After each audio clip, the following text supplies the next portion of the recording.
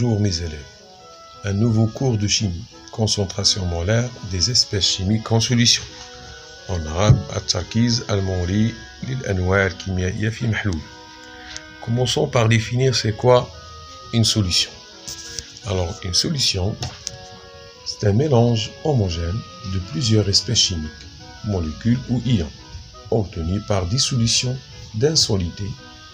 Ici, le solité soit liquide, soit gaz, soit solide, dans un solvant, nécessairement un liquide. La solution est dite aqueuse si le solvant utilisé est l'eau. Il y a une limite de la solubilité d'une espèce chimique dans un solvant. Si l'on dépasse cette limite, on obtient ce qu'on appelle une solution saturée. La saturation. Alors, les molécules du solvant ont en abondance par rapport aux molécules de solité, c'est-à-dire qu'elles sont majoritaires, c'est-à-dire que les molécules de solité sont négligeables en nombre par rapport au nombre des molécules du solvant. C'est quoi la concentration molaire? Alors, commençons par une activité. Alors, on ajoute la même quantité de cristaux de sulfate de cuivre, 2, c'est CuSO4, la formule, à différents volumes d'eau. Que remarquez-vous et que concluez-vous? Voilà, ici, comme vous voyez sur l'image, on a utilisé la même quantité de matière des cristaux, mais on a utilisé des volumes d'eau différents. Comme vous voyez, alors on constate quoi? On constate que l'intensité de la couleur de la solution devient plus faible lorsque le volume du solvant devient plus grand. On conclut que la couleur de la solution, plus ou moins on parle ici de la concentration, et donc sa concentration est inversement proportionnelle au volume du solvant utilisé. كل ما كان الحجم كبير كل ما كيكون التركيز صغير. شريطة استعمال نفس كمية المادة. Alors on ajoute différentes quantités de cristaux de sulfate CuSO4 au même volume d'eau. On remarque, vous, et que concluez-vous? Voilà. Alors ici, on a fait tout à fait le contraire. On a utilisé même volume d'eau, mais la quantité de matière est différente. Alors on remarque que la couleur de la solution devient plus intense lorsque la quantité de matière de solité augmente. On conclut que la couleur de la solution, disons la concentration, est proportionnelle à la quantité de matière du solité. Alors, définition de la concentration. La concentration molaire. Alors ici, je parle d'une espèce chimique qui existe effectivement dans la solution. Il est noté comme on note ici.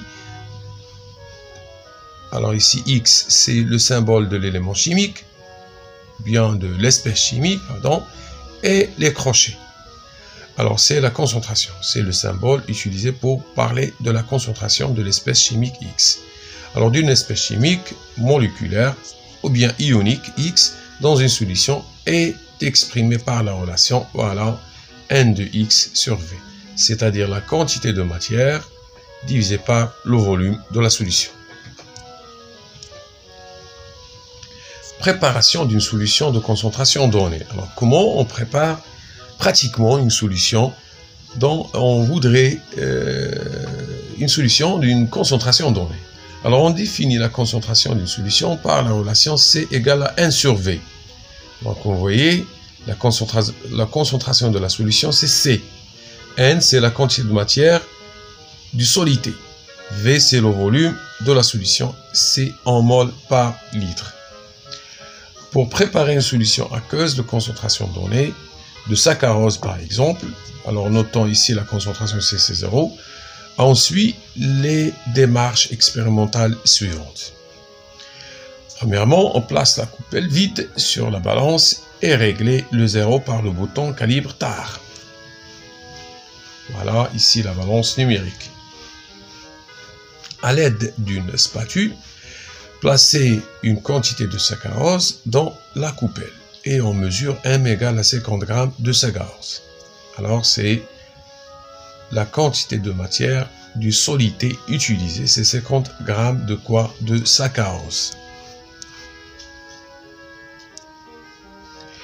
Entrer à l'aide d'un entonnoir, la quantité de matière du saccharose dans la fiole jaugée. Voilà, c'est la fiole jaugée. Propre de 200, jaugée propre de 200 ml. C'est-à-dire la capacité ici du fiole, c'est 200 ml. Rincez la coupelle et l'entonnoir avec de l'eau distillée et récupérons l'eau de rinçage dans la fiole. باش ما نضيعو حتى شي حاجه من داك السكروس. À l'aide d'une épruvette graduée, remplis les 2 tiers de la fiole jaugée avec de l'eau distillée, seulement les 2 tiers. Voilà.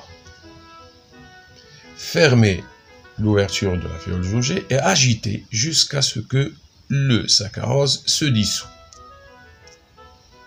Ajoutez l'eau distillée jusqu'à ce que vous rapprochiez du trait de jauge de la fiole jaugée.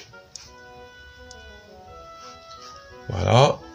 Alors on ferme et on fait agiter, voilà, la fiole jaugée pour faire dissoudre la quantité de saccharose dans le volume utilisé de l'eau.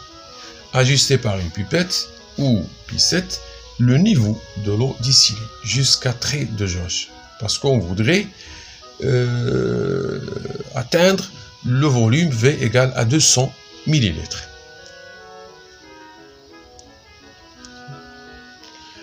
Refermez la fiole jaugée et agitez-la pour obtenir une solution S0 de saccharose. Alors ici, pourquoi on rince la coupelle et l'entonnoir? On rince la coupelle et l'entonnoir pour éviter la perte de la quantité de saccharose et obtenir ainsi une solution avec une concentration précise. Pourquoi le niveau d'eau est-il ajusté par une pipette ou un trait de jauge? Le niveau d'eau est ajusté par une pipette ou trait de jauge de sorte que le volume de la solution soit précis et ainsi obtenir une solution avec une concentration précise. Alors toujours on cherche la précision soit pour la masse soit pour le volume. Alors comment on calcule la concentration C0 de la solution S0? Alors en appliquant la relation C0 c'est N, ici je donne la formule chimique du saccharose, c'est C12H22O11 sur V, V c'est le volume de la solution. Je remplace N par petit m sur grand M, la masse molaire, et on fait une application numérique, sachant que la masse molaire du saccharose c'est 342. Alors on trouve 0,63 mol litre moins 1. La dilution d'une solution. Maintenant, تنتكلموا على التخفيف ديال المحلول. La définition. La dilution est un processus conduit à une réduction de la concentration d'un soluté dans une solution en ajoutant du solvant. Généralement, si on utilise des solutions aqueuses, donc on ajoute de l'eau. Pendant la dilution, la quantité de matière du soluté est maintenue constante. Même quantité de matière. Pour préparer une solution à une concentration faible CF, à partir d'une solution C initiale, on prend le volume V initial de la solution à diluer et on l'ajoute à un volume VE d'eau distillée. Ici, on parle d'une solution aqueuse. Le volume final, c'est VF égale à VI plus VE. La quantité de matière du soluté dans la solution concentrée, N initiale de X et CI fois VI, la quantité de matière du soluté dans la solution diluée, N finale de X, CF fois VF, puisqu'on a même quantité de matière, N initiale de X et N finale de X, on pourrait déduire la relation entre les concentrations et les volumes, c'est la relation de la dilution. Donc C initial fois V initial égale à C final fois V final. La grandeur alpha CI, le rapport CI sur CF ou bien VF sur VI représente ce qu'on appelle le facteur de dilution. معامل التخفيف. Ici, on a une application.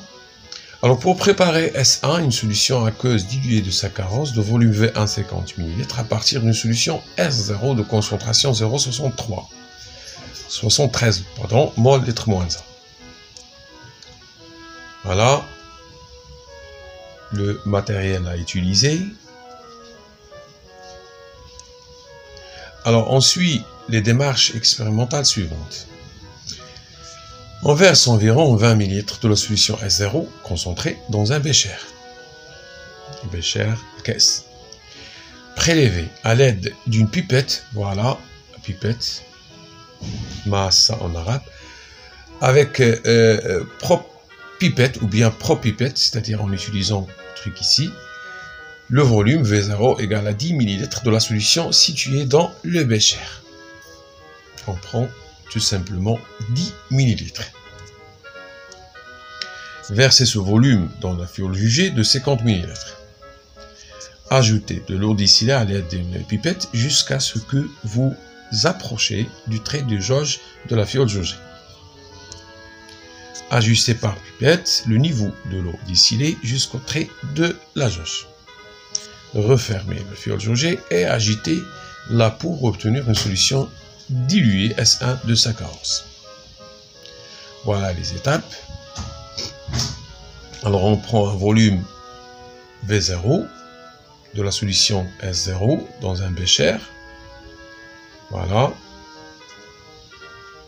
Dans une fiole jaugée, on ajoute de l'eau distillée jusqu'au niveau du trait de la jauge et en agitant, alors on obtient une solution S1 d'une concentration plus faible. Voilà le mode opératoire pour trouver une solution diluée. Merci pour vous et à la prochaine, Inch'Allah.